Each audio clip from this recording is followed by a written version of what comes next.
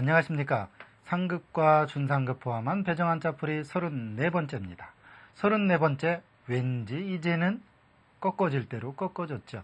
원리는 그만큼 여러분에게 다가갔습니다. 원리가 누구냐고요?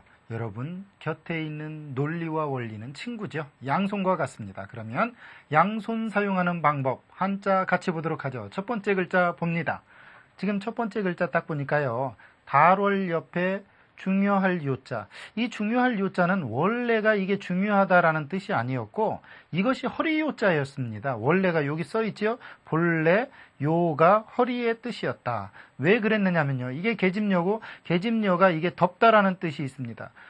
여자가 허리 부분을 양손으로 옷을 통해서 이렇게 꽉 묶어놓은 그런 형태입니다. 그 부분을 요라고 그랬고 그 부분이 중요하다 해서 중요할 요자가 쓰이고 그러면서 그럼 허리라는 뜻은 몸 중에 중요한 부분이다 해서 어떠냐 이것을 육달월 즉 몸을 나타내는 달월을 놓고 몸 중에서 중요한 부분이 허리다. 그래서 이것이 허리요로 쓰인 글자입니다. 결국은 이 허리가 중요하다라는 뜻으로 쓰이니까 허리를 나타내기 위해서 옆에 몸을 나타내는 육달어를 붙였다는 이야기죠. 우리 예를 들어 요통, 세요, 가는 허리를 세요라고 그러죠. 요절, 허리를 꺾고 웃는 걸 우리가 예를 들어서 요절 복통이다. 예를 들면 요절 대소다라는 표현을 쓰는데 이때 요절은 허리를 꺾다라는 뜻이죠.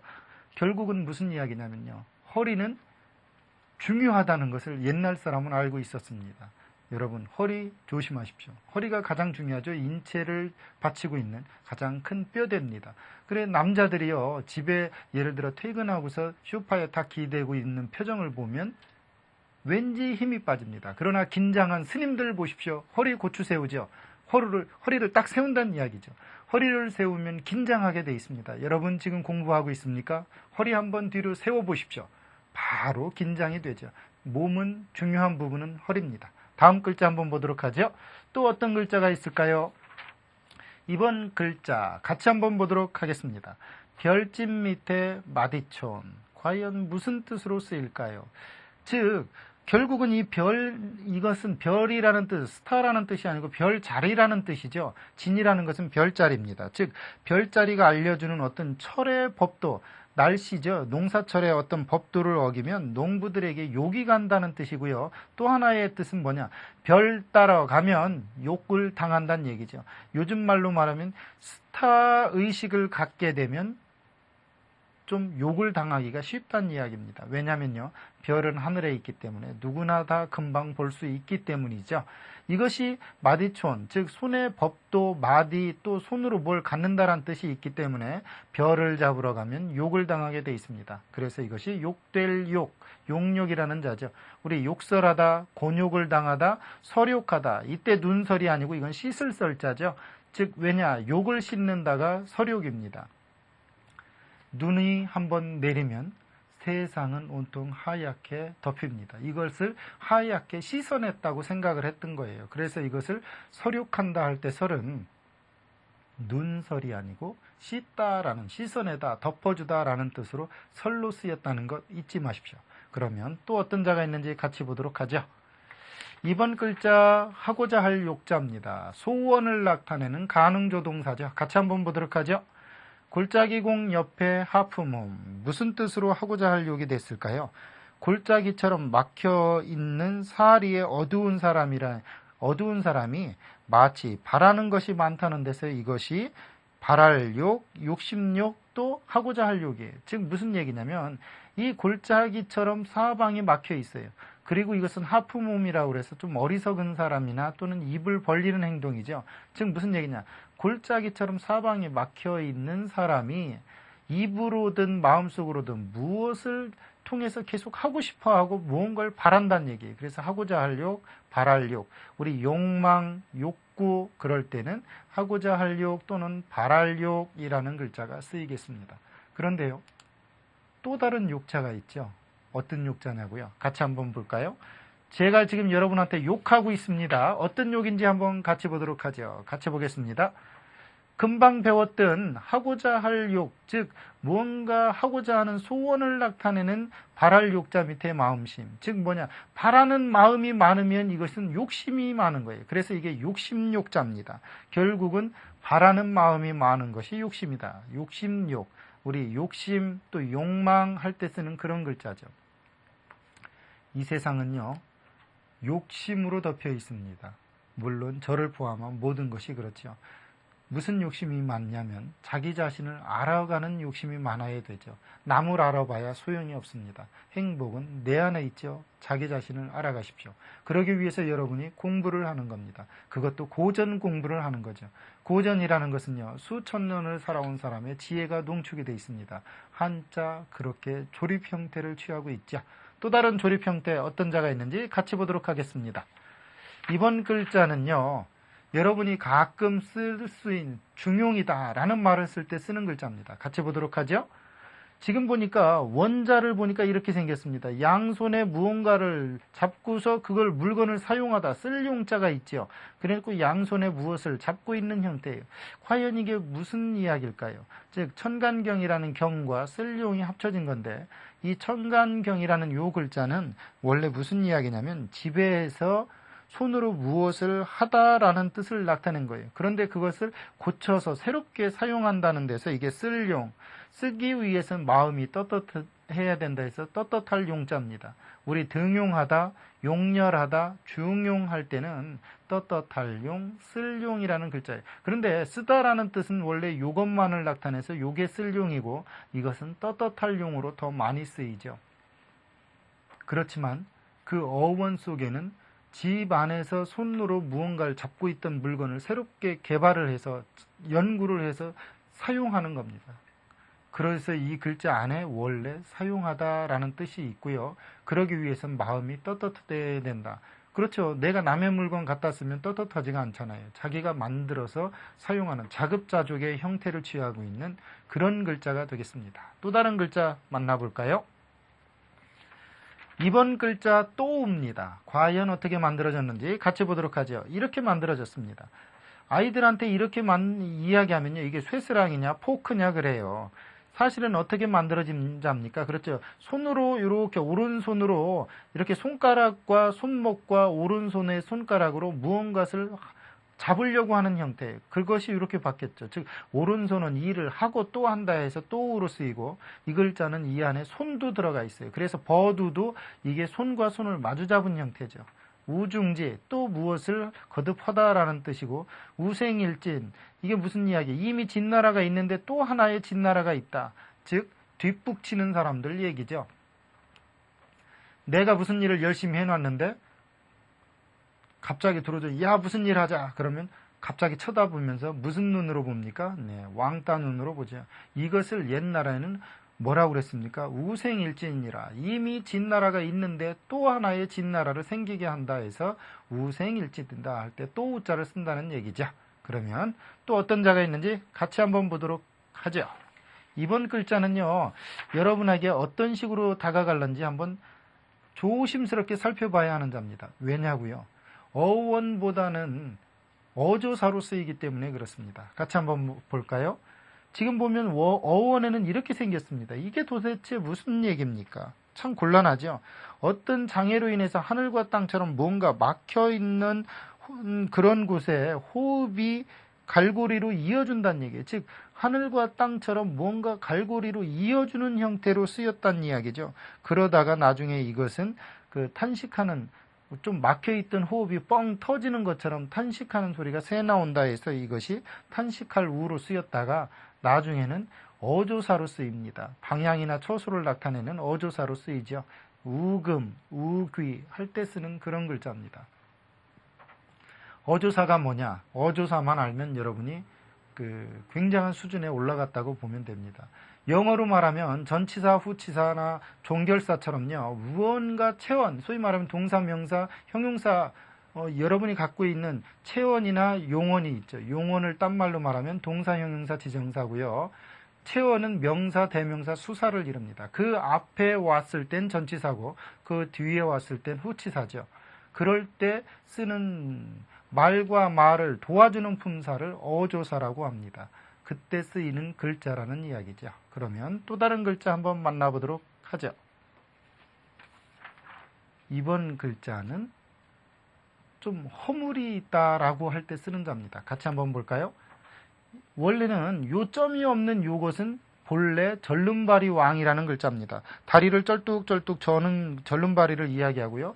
그 절름발이한테 짐을 하나 더 어깨에 올려놓으니까 이것은 그 절름거리는 그 정도가 오죽하겠는가. 그런 데서 이거 더욱 허물이 생긴다 해서 더우고 허무르라는 글자가 생겼습니다. 그러니까 절름발이는 뭔가 불안한 형태죠. 그런 사람한테 물건을 올려놓으면 오죽하면 올려놨겠느냐. 더욱 허물이 생긴다. 더우고 허무로. 우리 우묘, 더욱 묘한 걸 우묘라고 그러죠. 우물, 또 우심 이럴 때 쓰는 단어가 되겠습니다. 세상은요,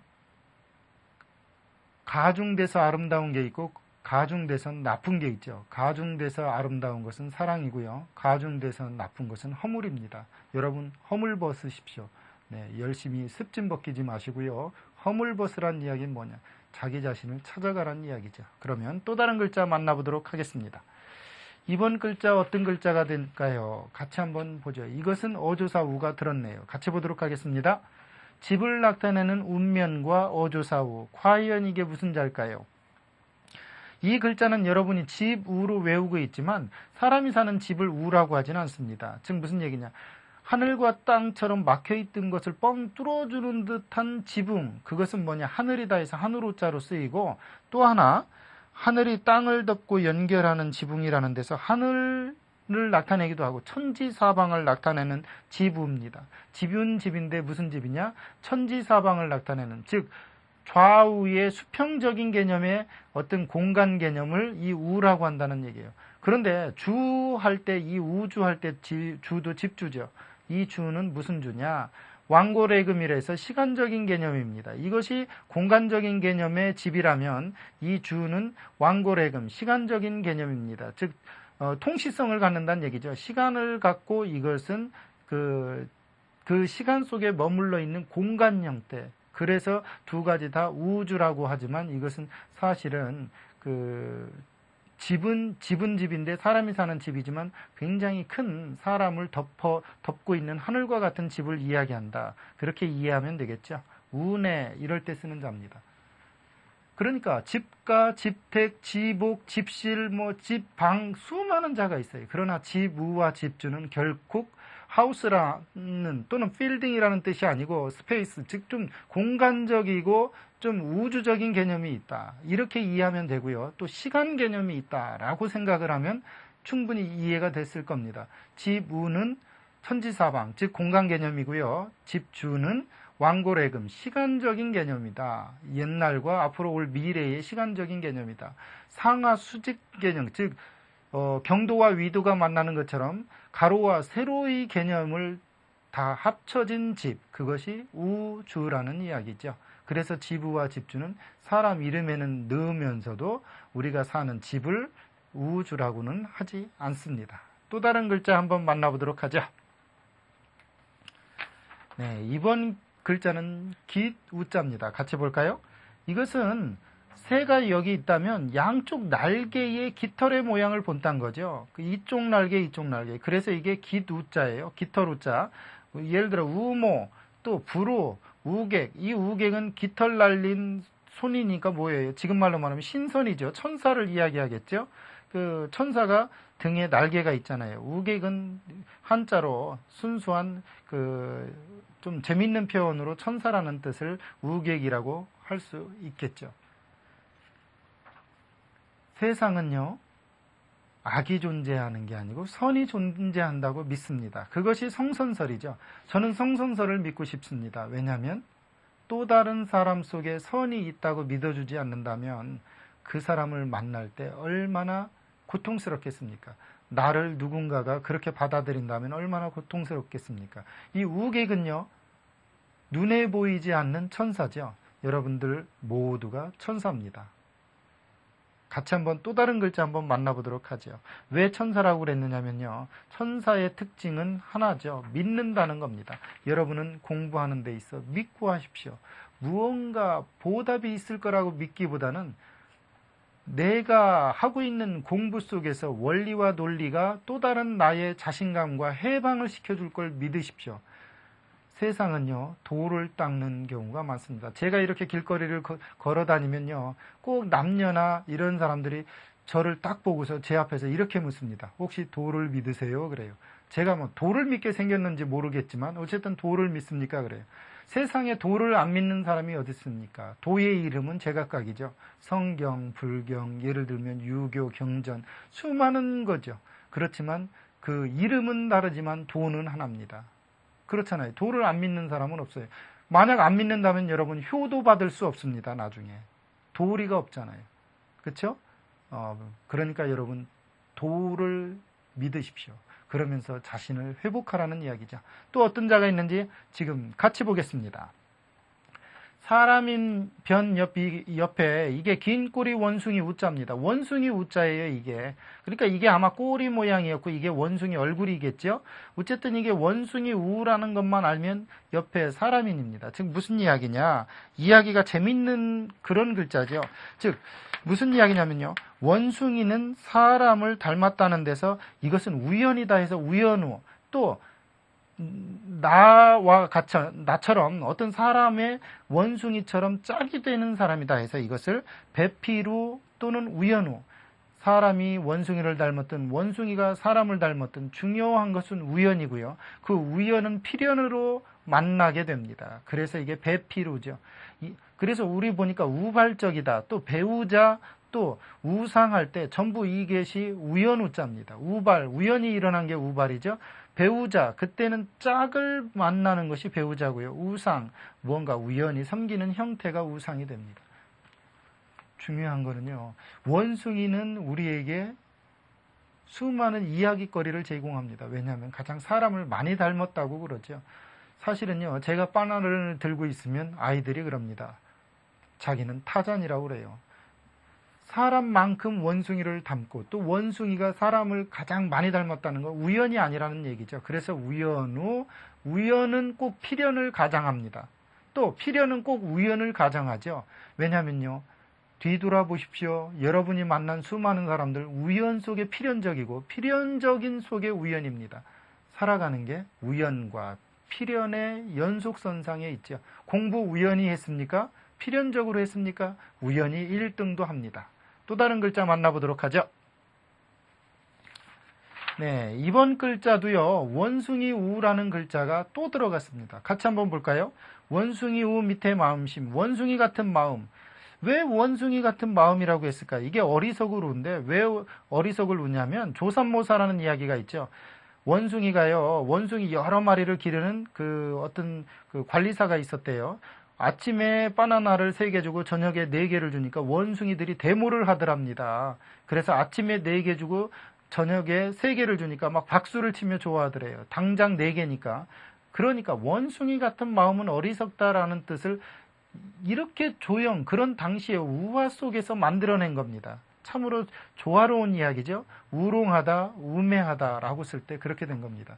그러니까요, 조삼모사라는 건 어떻게 보면 우리 정권이 가장 잘하는 일이죠.